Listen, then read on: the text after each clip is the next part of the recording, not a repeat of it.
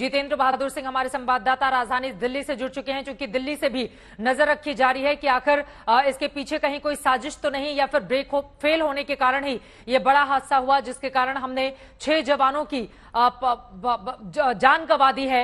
ये अपने आप में बेहद दुखद है। 30 जवान हमारे बुरी तरह से जख्मी हुए हैं जिनका इलाज चल रहा है। जितेंद्र, सीधे आपका रुख करते हुए 2 अलग अलग तस्वीरों के माध्यम से हम समझ सकते हैं कि वहां पर हालात क्या हुए होंगे जिस वक्त यह हादसा हुआ होगा। अभी क्या जानकारी मिल रही है? ब्रेक फेल होना ही बड़ी वजह बताई जा रही है इस हादसे के पीछे, जितेंद्र।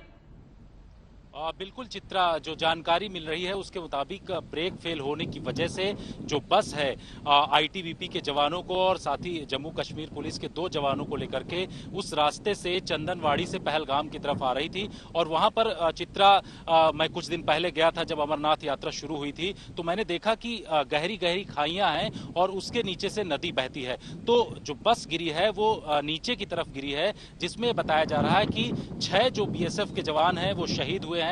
बाकी जवानों को, जिसमें से जो गंभीर रूप से 9 जवान घायल हैं, उनको आर्मी के अस्पताल में वहां पर भर्ती कराया गया है। साथ ही कुछ जवानों को पहलगाम में जो हॉस्पिटल बनाया गया था वहां पर रखा गया है। तो रेस्क्यू और रिलीफ ऑपरेशन इस वक्त किया जा रहा है। चित्रा, जानकारी ये भी है कि इस पूरे मामले को लेकर के जिस तरीके से घटना हुई है, गृह मंत्रालय पूरी सिचुएशन को मॉनिटर कर रहा है। चित्रा, जानकारी ये है कि जो बस पीछे आ रही थी, इस बस के पीछे पीछे जो बस चल रही थी जिसमें आईटीबीपी के जवान उस वक्त मौजूद थे, जैसे ही इस बस में हादसा हुआ उसके बाद जो जवान पीछे वाली बस में मौजूद थे, आईटीबीपी के जो कमांडो थे, वो सारे कमांडो नीचे उतरे और उसके तुरंत बाद उन लोगों ने स्थानीय प्रशासन के साथ मिलकर के रेस्क्यू ऑपरेशन शुरू किया। और उसके बाद ये पता चल रहा है कि जो वहां गंभीर रूप से घायल थे उनको एयरलिफ्ट करके श्रीनगर पहुंचाया गया है, जहां पर उनका इलाज किया जा रहा है। और बहुत सारे ऐसे जवान हैं जिनको ज्यादा चोटें नहीं आई हैं, उन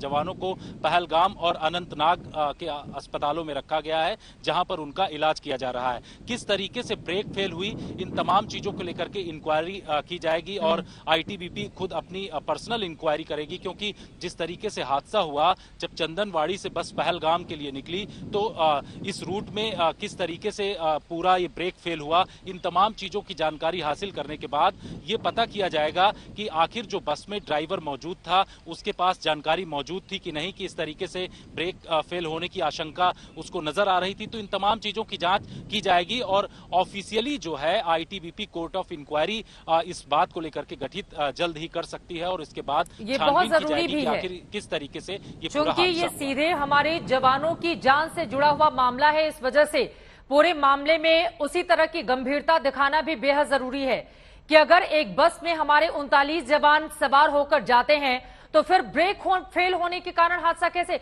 मतलब क्या उसकी पहले जांच नहीं की गई या फिर इसके पीछे कोई साजिश है? कई ऐसे सवाल हैं जिसका जवाब मिलना अभी बाकी है। लेकिन आप देख पा रहे हैं जिस जगह पर यह हादसा हुआ, दरअसल चंदनबाड़ी ये इलाका है, श्रीनगर से तकरीबन 95 किलोमीटर की दूरी पर यह हिस्सा। और जैसा कि हमारे संवाददाता बता रहे थे, जो बुरी तरह से जख्मी हमारे जवान हैं उनको हेलीकॉप्टर से रेस्क्यू करके अब श्रीनगर के अस्पताल लेकर जाया गया है, जबकि पहलगाम के ही अलग अलग हिस्सों में 16 किलोमीटर की दूरी है पहलगाम चंदनबाड़ी से, जहां पर जिनको कम चोटें आई हैं उन सभी लोगों को रखा गया है। ये जो तस्वीरें आप देख पा रहे हैं, चंदनबाड़ी ये वो हिस्सा है जहां पर अमरनाथ यात्रा का प्रारंभिक स्थान माना जाता है और यहां से कई किलोमीटर की दूरी के बाद पंचतरणी एक हिस्सा आता है जो अमरनाथ यात्रा का अंतिम स्थान माना जाता है रुकने का, ठहरने का।